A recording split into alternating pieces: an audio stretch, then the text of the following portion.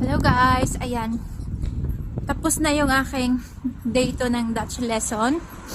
Ayan, pauwi na ako guys. Kumakain ako ngayon ng Belvita. Kasi gutom na ako guys kasi light breakfast lang ako kanina. Actually, pwede naman akong kumain dun sa kung saan kami nag-aral. Kasi dun sa canteen, libre yung food, may bread, may fruits and everything. Lahat meron. Libre yung food, pero syempre nahiya ako kasi hindi ko naman sila kilala. Kung sa work namin yun, kung sa branch namin okay lang. Pero since dito ko sa main, ang daming tao dito, daming empleyado. So, nahiya naman ako. So, ayan. Yan yung view ko ngayon habang pauwi ako. Kanina, naglakad lang din ako from Central Bus Station going here. Actually, pwede ako mag-bus, another bus ride. Pero, since maganda yung weather, ayan, pinili ko na lang na maglakad. Tsaka ngayon, dry naman. Hindi pa naman sumikat. Baga wala yung araw. Pero since dry, mas maganda maglakad. Tsaka tipid din. Kasi mahal din yung pamasahe dito. Yung mula sa bahay papunta sa Central Station, 4 euros din yun. Sayang. So, papunta dito, siguro mga 3 euros. Sa Central Station, papunta dun sa kung saan ako nag-aaral ngayon. O yan. Kaya, naglakad na lang din ako pa uwi kasi dadaan na naman ako sa Amazing Oriental. Titingin ako kung ano yung pwede kong bilhin na Asian food today. At tapos nun, uwi na rin ako. Ayan. Mula dito sa main head office namin, papunta dito sa Amazing Oriental, I think it's only less than 20 minutes. Mabilis ako maglakad, pero mabagal lang ako maglakad ngayon dahil na morning, nung naglakad ako, sumakit yung tiyan ko. So, umupo muna ako dun sa bench. Mga 5 minutes. Tapos saka ako naglakad ulit. Ayan. Lakad lang tayo habang kumakain. Ganito dito. Kailangan talaga madiskarte ka. Ayan. Hindi naman nagtitipid ako kaya ito lang kinain ko. Nag-breakfast naman ako. Tapos mamaya pag uwi ko sa bahay, magla-lunch ako. May rice naman ako doon. At saka yung baggy beans, carrots with beef kagabi. Tsaka egg. Yun yung magiging tanghalian ko mamaya. Maaga pa naman eh. Last G's pa lang. Medya.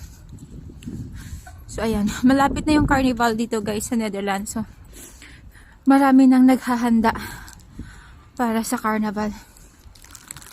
Ayan. I think ito school ata to. Sabi ni Elko last time. Ayan guys. Ganito dito.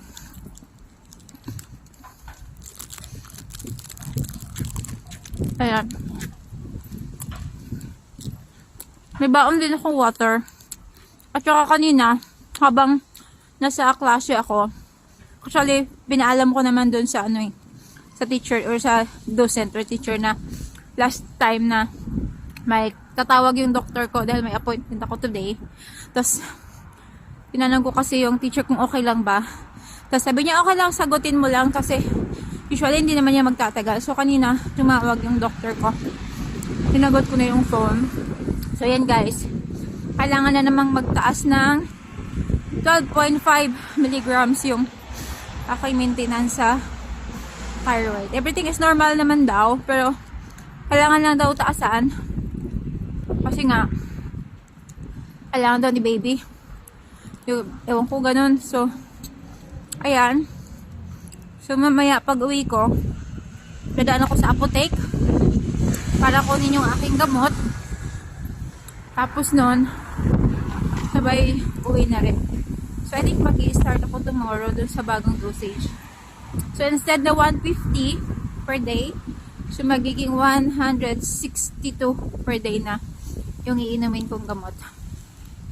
For another month, and then next month naman, Blood test na naman. Ako dahi, Diyos ko. Hindi pa nga magaling yung aking balikat sa vaccine. Ngayon, magba-blood test na naman ako next month. Pero okay lang. Lahat gagawin dito para sa baby. Pero buti na lang talaga. Sobrang blessed ako. Na nabuntis ako. Tapos nandito kami sa Netherlands. Kasi,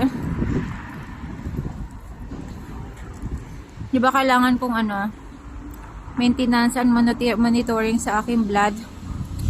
So maganda dito guys kasi napaka bilis lang, kalapit lang din kung saan ako magpapakuha ng blood test. Ayun.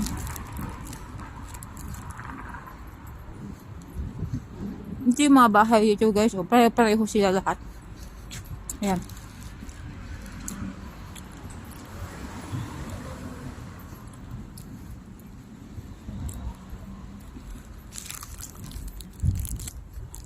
Okay. Yan lang guys. Bye. Thank you for watching. God bless your day. Bye. Be kind.